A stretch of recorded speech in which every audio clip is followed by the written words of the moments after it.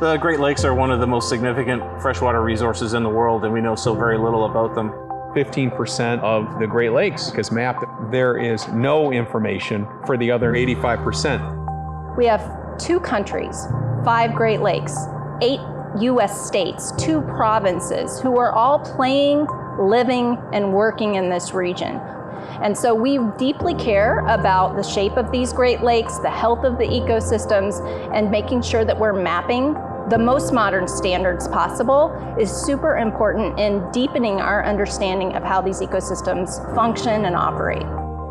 GLOS has been at the heart of the Great Lakes, serving data and information for 20 years, bringing together technology and partnerships to deliver insights and help make decisions about these critical resources.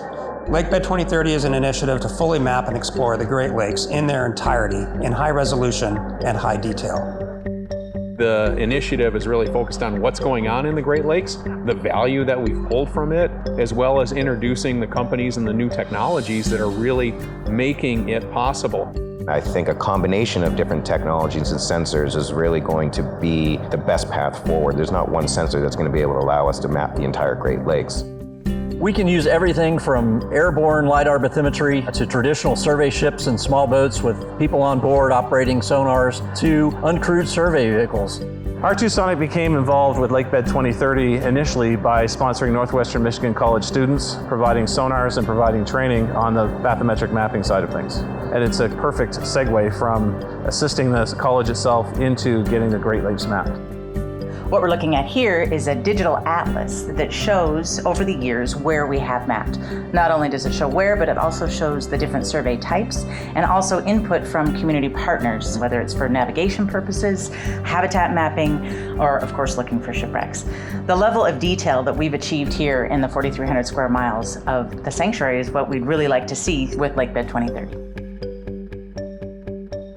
The idea of bringing in strategies, bringing in the right players, bringing in the right types of developments to make this a possibility is really what this has been designed to do. GLOS has got our finger on the pulse of what's going on in real time in the Great Lakes. Lakebed 2030 is going to help us fully understand what's going on at the bottom of the Great Lakes. This is a fragile ecosystem, and with the amount of change happening in the climate and the amount of population change, having a baseline map is extremely important. This is our house. We want to take care of it. We want to keep it healthy. We have to know how to take care of it to have our successful and healthy blue economy. Lakebed 2030 is shining an important light on why this is beneficial for this region. And given the right amount of funding, assets, and people, this can get done by 2030. Can you tell us how will the American people benefit from having this high-resolution mapping of the Great Lakes? This type of mapping would support protection of drinking water pipelines for major cities in the region.